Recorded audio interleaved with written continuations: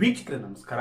ಕಾಂಗ್ರೆಸ್ನಲ್ಲಿ ಉಂಟಾಗಿರ್ತಕ್ಕಂಥ ಬಿಕ್ಕಟ್ಟನ್ನು ಬಗೆಹರಿಸುವುದಕ್ಕೆ ಎಐಸಿಸಿ ನಿರ್ಧರಿಸಿದಂತೆ ಕಾಣುತ್ತಿದೆ. ಹೀಗಾಗಿ ಇಬ್ಬರು ನಾಯಕರಿಗೆ ಅಂದ್ರೆ ಸಿಎಂ ಸಿದ್ದರಾಮಯ್ಯ ಹಾಗೂ ಡಿಸಿಎಂ ಡಿಕೆ ಶಿವಕುಮಾರ್ ಅವರಿಗೆ ಎಐಸಿಸಿ ನೀವು ಯಾವುದಕ್ಕೆ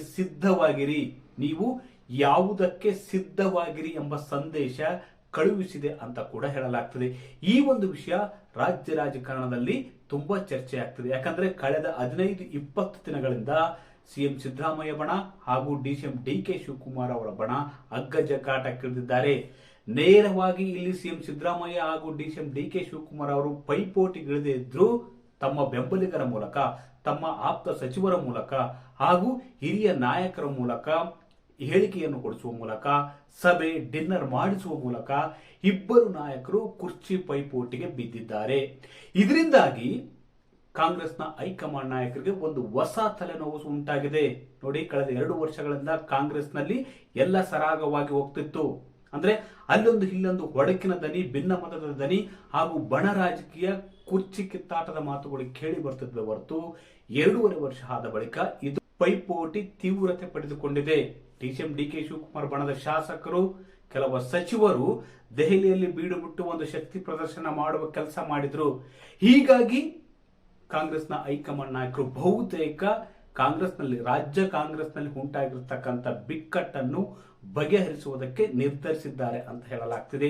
ಈ ನಿಟ್ಟಿನಲ್ಲಿ ನೀವು ಯಾವುದಕ್ಕೆ ಸಿದ್ಧವಾಗಿರಿ ಎಂಬ ಸಂದೇಶವನ್ನು ಇಬ್ಬರು ನಾಯಕರಿಗೆ ನೀಡಿದ್ದಾರೆ ಅಂತ ಹೇಳಲಾಗ್ತಿದೆ.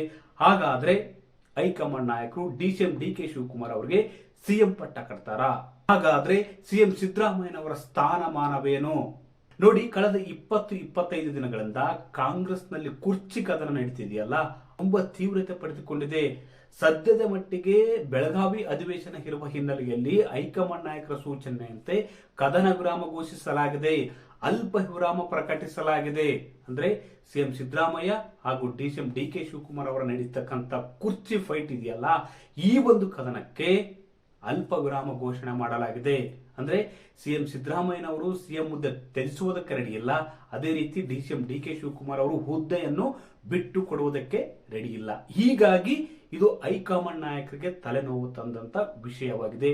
ಈ ಒಂದು ಕುರ್ಚಿ ವಿಷಯವನ್ನು ಬಗೆಹರಿಸುವುದಕ್ಕೆ ಕಾಂಗ್ರೆಸ್ನ ಹೈಕಮಾಂಡ್ ನಾಯಕರು ನಿರ್ಧಾರ ಮಾಡಿದ್ದಾರೆ ಅಂತ ಹೇಳಲಾಗ್ತದೆ. ಹೀಗಾಗಿ ಈ ಇಬ್ಬರು ನಾಯಕರಿಗೆ ವಿಧಾನಮಂಡಲ ಅಧಿವೇಶನ ಮುಗಿದ ಬಳಿಕ ದೆಹಲಿಗೆ ಬರುವಂತೆ ಸೂಚನೆ ನೀಡಲಾಗಿದೆ ಎಂಬ ಮಾತುಗಳು ಕೂಡ ಕೇಳಿ ಬರ್ತಿವೆ. ಯಾಕಂದ್ರೆ ಕಾಂಗ್ರೆಸ್ನ ಹೈಕಮಾಂಡ್ ನಾಯಕರು ಈ ಇಬ್ಬರು ನಾಯಕರ ನಡುವಿನ ಕುರ್ಚಿ ಕದನವನ್ನು ತುಂಬಾ ದಿನ ಮುಂದುವರಿಸುವುದಕ್ಕೆ ರೆಡಿ ಇಲ್ಲ. ಅಂದ್ರೆ ಈಗಾಗಲೇ ಅಧಿಕಾರ ಹಂಚಿಕೆ ಸೂತ್ರ ಆಗಿದೆ ಅಂತ ಹೇಳ್ತಾರಲ್ಲ, ಆ ಒಪ್ಪಂದದ ಪ್ರಕಾರ ಇಬ್ಬರು ನಾಯಕರನ್ನು ದೆಹಲಿಗೆ ಕರೆಸಿಕೊಂಡು ಬಗೆಹರಿಸುವ ಸಾಧ್ಯತೆ ಹೆಚ್ಚು. ಹಾಗಾದ್ರೆ ಹೈಕಮಾಂಡ್ ನಾಯಕರ ಮುಂದಿರುವ ಆಪ್ಷನ್ ಏನು ಮತ್ತು ಡಿಸಿಎಂ ಡಿಕೆ ಶಿವಕುಮಾರ್ ಅವರಿಗೆ ಸಿಎಂ ಪಟ್ಟ ಕಟ್ತಾರ ಮತ್ತು ಪಕ್ಷದಲ್ಲಿ ಸಿದ್ದರಾಮಯ್ಯನವರ ಸ್ಥಾನಮಾನ ಏನು ಎಂಬ ಪ್ರಶ್ನೆ ಕೂಡ ಇಲ್ಲಿ ಕಾಡ್ತಿದೆ. ವೀಕ್ಷಕರೇ, ಹೈಕಮಾಂಡ್ ನಾಯಕರ ಮುಂದೆ 2-3 ಆಪ್ಷನ್ ಇವೆ. ಮೊದಲ ಆಪ್ಷನ್ ಏನಪ್ಪಾ ಅಂದ್ರೆ ಸಿಎಂ ಸಿದ್ದರಾಮಯ್ಯ ಅವರನ್ನು 3 ವರ್ಷಗಳ ಕಾಲ ಸಿಎಂ ಆಗಿ ಮಾಡೋದು. ಅಂದ್ರೆ ಈಗಾಗಲೇ 2.5 ವರ್ಷ ಅವರ ಅಧಿಕಾರಾವಧಿಯನ್ನು ಪೂರೈಸಿದ್ದಾರೆ. ಇನ್ನು 4-5 ತಿಂಗಳ ಕಳೆದರೆ ಸಿಎಂ ಸಿದ್ದರಾಮಯ್ಯನವರು ಸಿಎಂ ಆಗಿ 3 ವರ್ಷ ಪೂರೈಸ್ತಾರೆ. ಸಿಎಂ ಆಗಿ ಸಿದ್ದರಾಮಯ್ಯನವರು 3 ವರ್ಷ ಪೂರೈಸ್ತಾರೆ. ಬಳಿಕ 2 ವರ್ಷ ಡಿಸಿಎಂ ಡಿಕೆ ಶಿವಕುಮಾರ್ ಅವರಿಗೆ ಸಿಎಂ ಹುದ್ದೆಯನ್ನು ಬಿಟ್ಟುಕೊಡುವುದು. ಅಂದ್ರೆ ಸಿಎಂ ಸಿದ್ದರಾಮಯ್ಯ ಅವರಿಗೆ 3 ವರ್ಷ ಸಿಎಂ ಅವಧಿ, ಅದೇ ರೀತಿ ಡಿಸಿಎಂ ಡಿಕೆ ಶಿವಕುಮಾರ್ ಅವರಿಗೆ ವರ್ಷಗಳ ಕಾಲ ಸಿಎಂ ಪಟ್ಟವನ್ನು ಕಟ್ಟುವ ಮೂಲಕ ಪಕ್ಷವನ್ನು ಸಂಘಟಿಸುವುದು ಮತ್ತು 2028ರ ವಿಧಾನಸಭೆ ಚುನಾವಣೆಯನ್ನು ಟಾರ್ಗೆಟ್ ಮಾಡುವುದು ಮೊದಲ ಆಪ್ಷನ್ ಆಗಿದೆ. ಅದೇ ರೀತಿ ಹೈಕಮಾಂಡ್ ಮುಂದಿರ್ತಕ್ಕಂಥ 2ನೇ ಆಪ್ಷನ್ ಏನಪ್ಪಾ ಅಂದ್ರೆ ಸದ್ಯದ ಮೆಟ್ಟಿಗೆ, ಅಂದ್ರೆ ಸದ್ಯ ಈಗಾಗಲೇ 2.5 ವರ್ಷ ಕಳೆದಿದೆ, ಸಿಎಂ ಸಿದ್ದರಾಮಯ್ಯನವರು ಹುದ್ದೆಯನ್ನು ಅಲಂಕರಿಸಿ ಅಧಿಕಾರ ಹಂಚಿಕೆ ಸೂತ್ರದಂತೆ ಡಿಸಿಎಂ ಡಿಕೆ ಶಿವಕುಮಾರ್ ಅವರಿಗೆ ಸಿಎಂ ಪಟ್ಟ ಕಟ್ಟುವುದು. ಅದು ಹೇಗಪ್ಪ ಅಂದ್ರೆ ಸಿಎಂ ಸಿದ್ದರಾಮಯ್ಯನವರು ಇದಕ್ಕೆ ಸುಲಭವಾಗಿ ಒಪ್ಪೋದಿಲ್ಲ.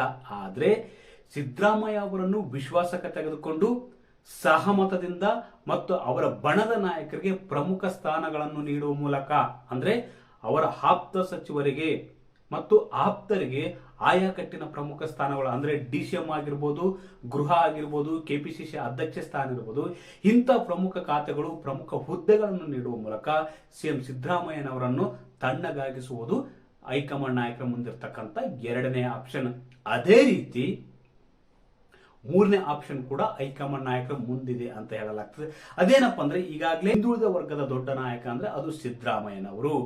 ಒಂದು ವೇಳೆ ಕಾಂಗ್ರೆಸ್ ಹೈಕಮಾಂಡ್ ನಾಯಕರು ಸಿದ್ದರಾಮಯ್ಯ ಅವರನ್ನು ಅಧಿಕಾರದಿಂದ, ಸಿದ್ದರಾಮಯ್ಯ ಅವರನ್ನು ಸಿಎಂ ಕುರ್ಚಿಯಿಂದ ಕೆಳಗಿಳಿಸಿದ್ರೆ ಅದು ಒಂದು ಕೆಟ್ಟ ಸಂದೇಶ ಇಡೀ ದೇಶಕ್ಕೆ ರವಾನೆ ಆಗದಂತಾಗುತ್ತದೆ. ಯಾಕಂದ್ರೆ ಇಲ್ಲಿ ಕಾಂಗ್ರೆಸ್ನ ವೋಟ್ ಬ್ಯಾಂಕ್ ಅಂದ್ರೆ ಅದು ಅಹಿಂದ, ಹಿಂದುಳಿದ ವರ್ಗ, ದಲಿತ ಮತ್ತು ಅಲ್ಪಸಂಖ್ಯಾತರು ಕಾಂಗ್ರೆಸ್ನ ವೋಟ್ ಬ್ಯಾಂಕ್ ಆಗಿದ್ದಾರೆ.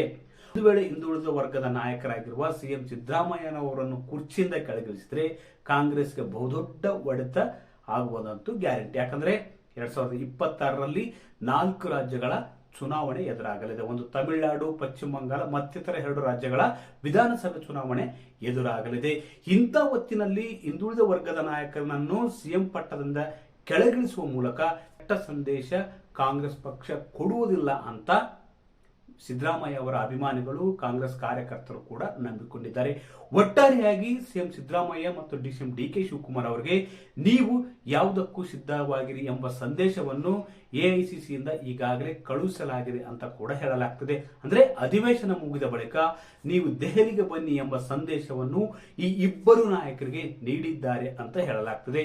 ವೀಕ್ಷಕರೇ, ಹಾಗಾದ್ರೆ ನಿಮ್ಮ ಪ್ರಕಾರ ಕಾಂಗ್ರೆಸ್ ಹೈಕಮಾಂಡ್ ನಾಯಕರು ಸಿಎಂ ಡಿ.ಕೆ. ಶಿವಕುಮಾರ್ ಅವರಿಗೆ ಸಿಎಂ ಪಟ್ಟ ಕಟ್ಟುವುದಕ್ಕೆ ಸಿದ್ಧವಾಗಿದೆಯಾ? ಈ ಕುರಿತು ಕಾಮೆಂಟ್ ಮಾಡಿ ತಿಳಿಸಿ.